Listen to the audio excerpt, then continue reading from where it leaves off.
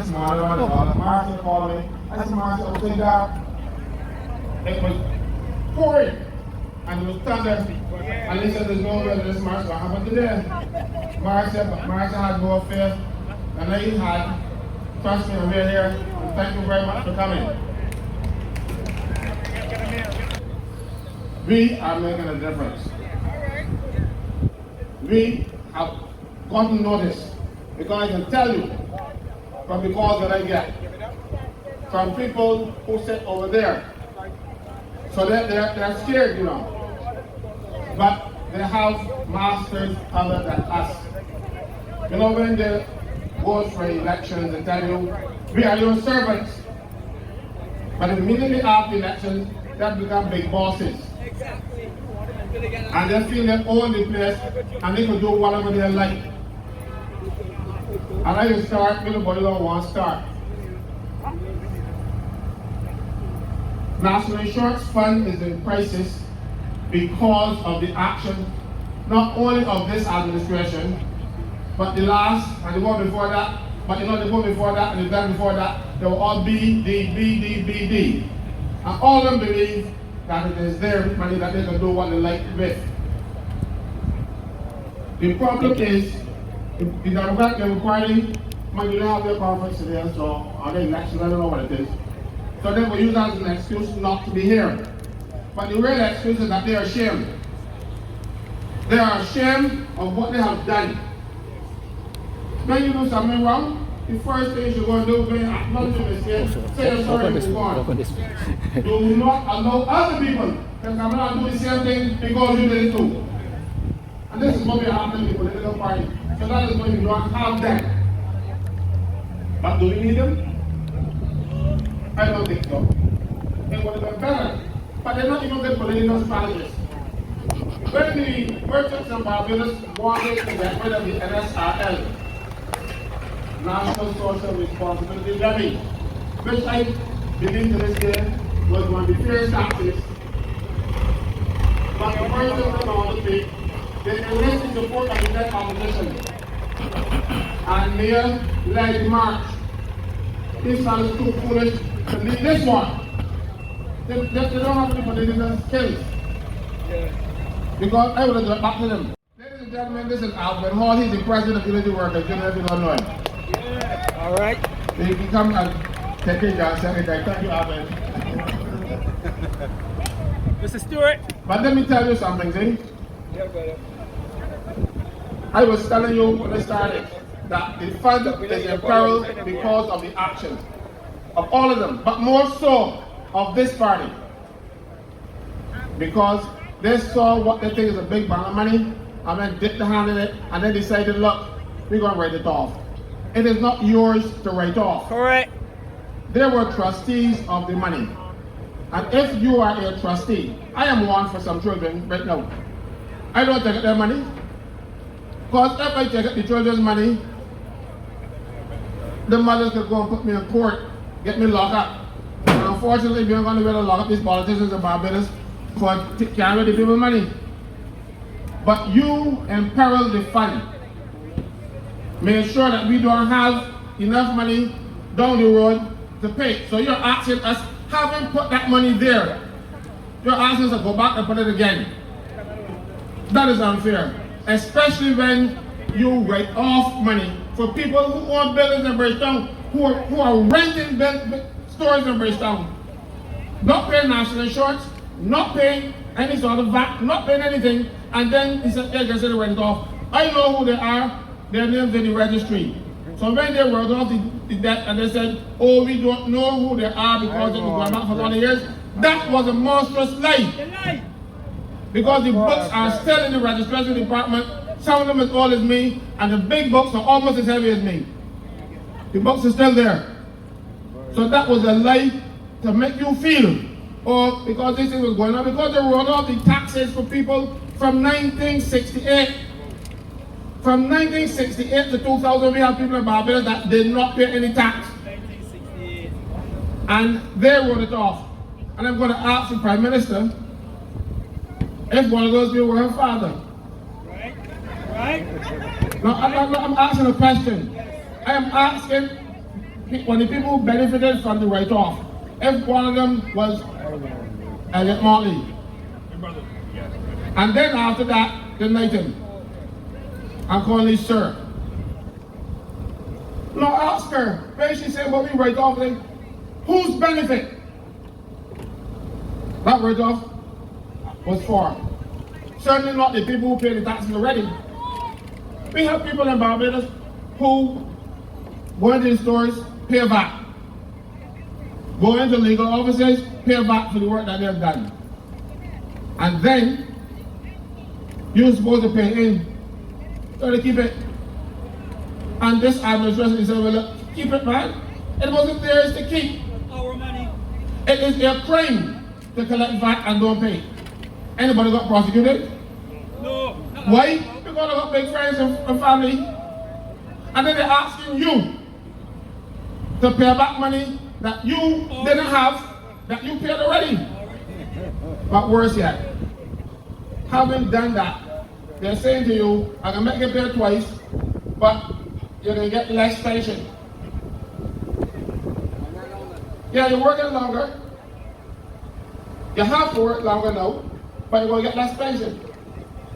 That is how this government operates. They don't care anything about the people that are most vulnerable in this country. But that is their job, to take care of the most vulnerable, simply because the fellas who are up there, big boys, got a lot of money, they don't need national insurance, don't need anything else.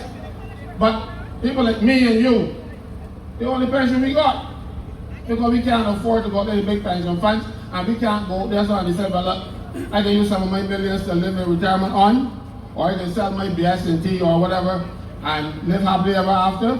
We paid money into the national insurance scheme to make sure that we will have a decent pension at the end of our careers. When you most need the money, because let me tell you something. For the first 20 years of my life, I went to the doctor once, and then because they put some in my mouth and papa shine blowing bubbles, and it blistered me. That's the only time I went to the doctor. But after that, as I get older, I would see the doctor every week. One day and then one day was the right knee, then it was the left foot. All kind of stuff happened to me. Kidney stones, you name it. But the first 20 years of my life, I don't know the doctors. So if you are like me, coming on to the later years, because people say middle age is 60, you know. Because middle age was 60, people live 120. Middle age is 40, 45. And if you are like me, that is when you're going to pay doctor bills. But that is when the medical insurance people decide that you are too much of a risk, we are insuring you no more. So you have to use your national insurance money. Correct. Or go and sit down at the polyclinic or the accident in emergency. Well, I had experience last couple weeks ago with 2 polyclinics. I went it and I do it. If you dump me, go about to the house and send me down and check my car. I got a can of Lysol in the cabin hole. When I left them places, before I get in the car, I just spray the bottom of my shoe, put that one in the car, and then take it next. I'm frightened for the places. I don't want to go in there. But that's what they're going to relegate you to, because you are not going to get a decent pension to buy a proper diet. I go to the supermarket, I go up Popular, and I see people with a whole case of ramen and a few other things inside there. So we can get some now, all of them right here is ramen because that's all we can afford, because the government robbing the people. And you taking it. And then when they disadvantage you, they come at the end of the period and come back and say, oh, we love you, Mayor cares. Mayor cares my foot. You know what she cares about, because the idea she tells she don't give a, remember? Yeah. That is the real mayor. She don't really care, but that is the propaganda that they were given to spew wrong election time, and you were caught by it. But let me tell you why you shouldn't be caught by it, and why I'm disappointed in my people. They lower the taxes on businesses in Barbados. So all the big businessmen in Barbados who still work for their companies, now incorporating. and calling themselves George Michael Inc. and all kind of stuff, and paying 5% tax, while you are paying 12.5% or 28%, depending which level you're at. Then people paying 2 and 5. So they lower the tax on the rich and put the burden on the poor. And I can tell you what we're talking about. Poor people in Barbados, or rich people, or any people have to use water. They can't get away from it. But what they did, they taxed water. They put $1.50 tax on water, $45 a month. $150 a day, $45 a month. The minimum you can pay at the water authority was $32. So you put a tax of $45 on a $32 bill for the poor, because the poor that was paying $32, you know. And big businesses in Barbados, big hotels, they were still paying $32. I'm telling you, I got the facts. But they didn't care. They didn't care. How I know all this? Because I had to go and represent the lady who tried to make the hotels pay more money and to charge her with an offense, trying to dismiss her, because big businesses in Barbados can't be touched. I had to go and represent her. I won the case. All right. But, you know, but they tried to get rid of a lady who said, no, these businesses and these hotels should be paying the same as an old fellow who got a one-door shop and a pipe in the yard. You imagine that, a hotel paying, not even the smallest hotel should pay $32. But that doesn't bother the government, but they're coming after you. They're coming after you to pay, to make sure the rich don't pay. And you go out there so I get them another 30 seats again and make them even more powerful than they were. Well, fool me once, shame on you. Fool me twice, shame on me. But the fool a third time. So what's happening? You have to stand up to these people, and when they come to your houses, tell them to put back in national insurance money. And not only national insurance money, you have civil servants now. When they come into the service, they're going to work to 68. And you know, every profession can work to 68. I can work to 90. Because I sit down and I use my mouth. I talk enough. Use my brain too. But the people who have to use their hands, use their bodies to work, they can't work to the 68. But you see, they decide they can get pensions at 50, you know. It used to be 55. And they're bringing down to 50. But while they're bringing down the civil servants one, but they're bringing down theirs to 50, they cap everybody with 68. Imagine that. You know, but watch. We had some nice police officers accompanying us today. Imagine them running up behind a fellow at 67, 68. Can't do it. They can catch me, but they can't catch a young fella at 25. But they ain't gonna catch me going and do nothing wrong. But firemen, you go in the house and live somebody put over your shoulder and coming on the ladder. At 56, 57, 58, 60, after they hit you, coming down the ladder. Everybody coming down one time. So these people don't even think. They just allow the IMF to tell them what to do, how to run Barbados. Every other leader, up to and including Sanford, tell the IMF, no, thus far and no further. Now, Sanford was not the greatest prime minister in the world, everybody know that.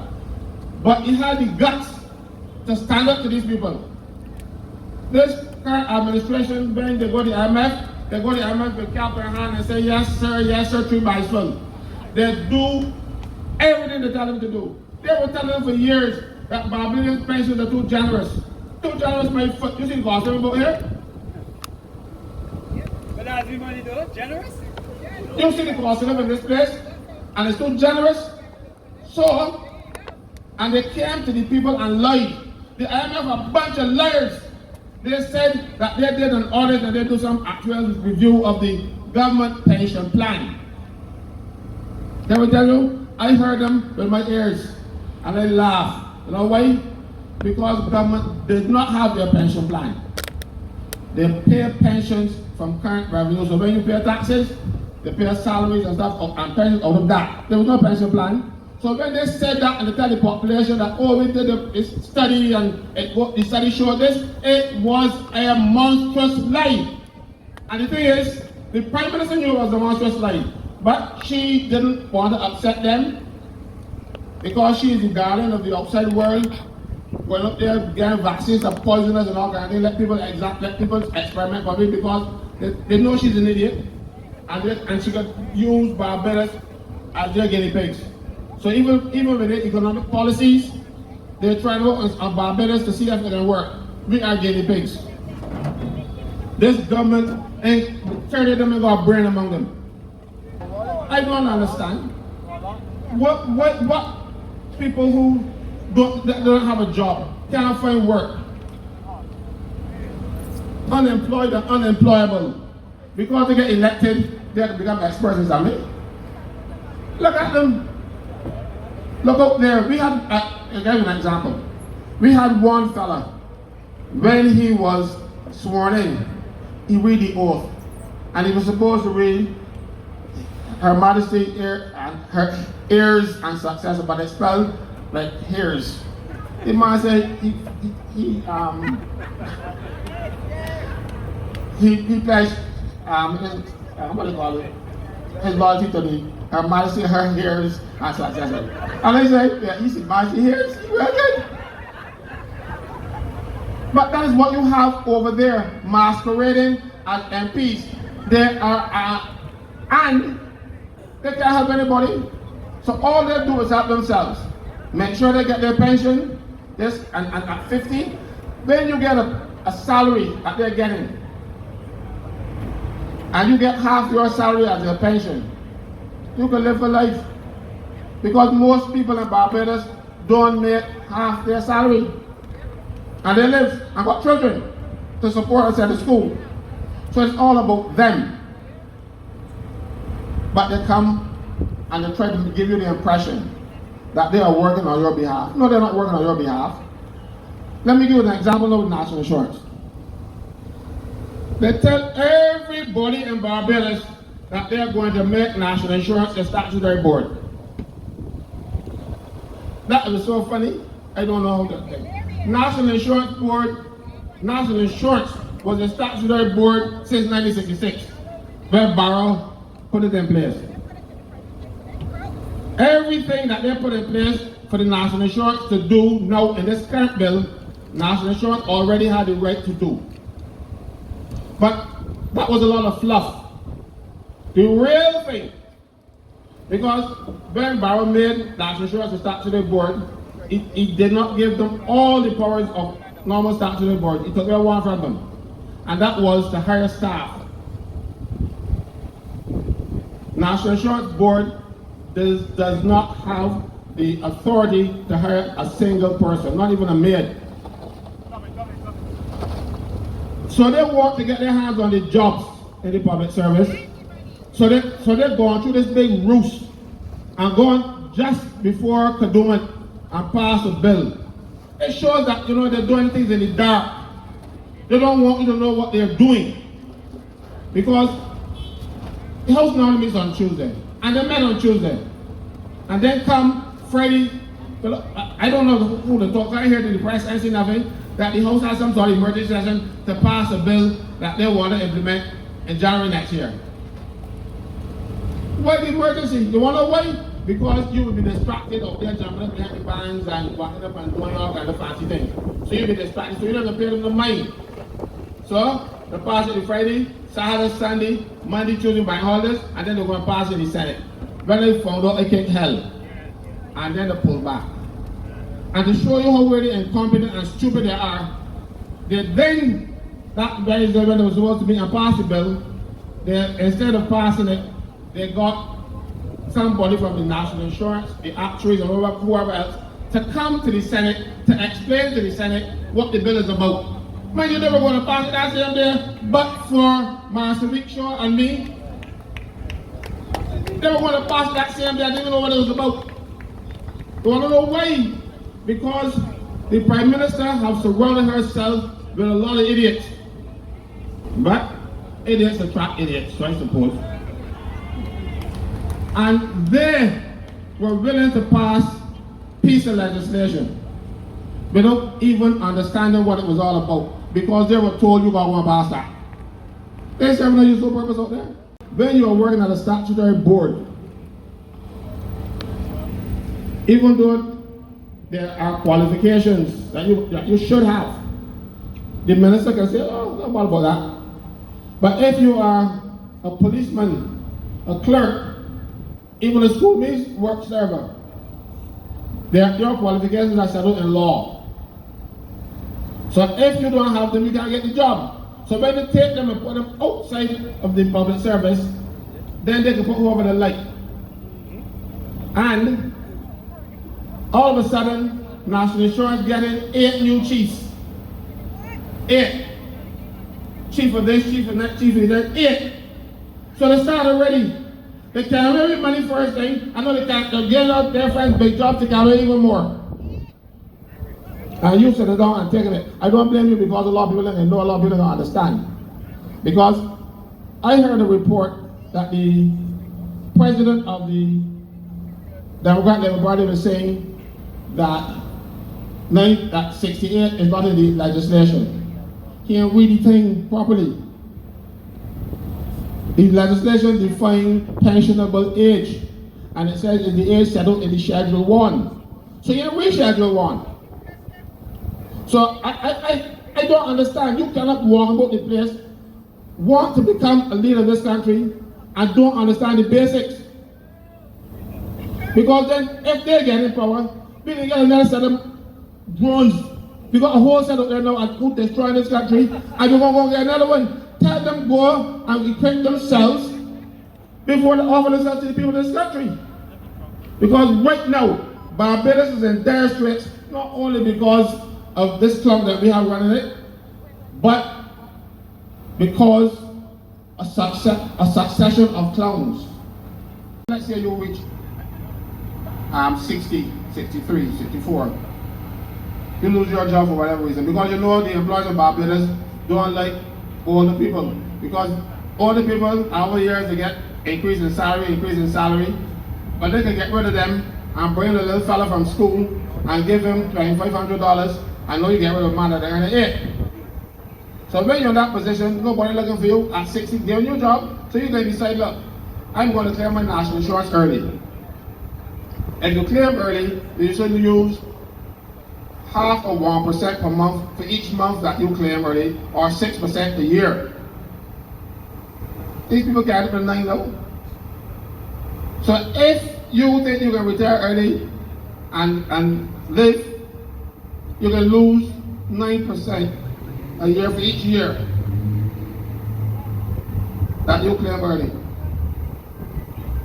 But what a lot of people don't understand is that when you take off your 9%, and it is going to bring your pension down below $242, National said, no, we don't pay less than $242, so they won't allow you to claim early. But frankly, should NIS have been taken up of central government in the first place? Can you answer that for me, please? Central government. Because I heard when the Prime Minister said National insurance was always out of central government. Only the staff was in central government. okay. Those people lying to you. Don't listen to anything they tell you. National insurance from the Barrow days, 1966, 67, was out of central government. There was a national insurance board that managed the fund. These people come out there and trick you. They're lying to you. Don't listen to any of them. Anytime they tell you anything, take it with a pinch of salt. I don't know these politicians for telling the truth once. Don't believe them. This is a ruse. They have ulterior motives. They want to get their hands not only on the money but on the jobs. for their friends. But it seems that the privatizing Barbados altogether. They sell the bank, ICBL. But they can help it. Okay. Yeah. Anyhow, ladies and gentlemen, I don't want to keep you much longer because Kimar is here, and I'm sure you want to hear him more than you want to hear me. Because I want to hear him. You know? He is a young man who the Dems don't even want because he's bright. They don't want bright people in politics, you know. You want drones. You want people who can think for themselves. But this young man can think for himself. Come, Kimar, you take this thing from me because I ain't got nothing more than 7 years, but I have to stop talking ever since. Mr. Eastman,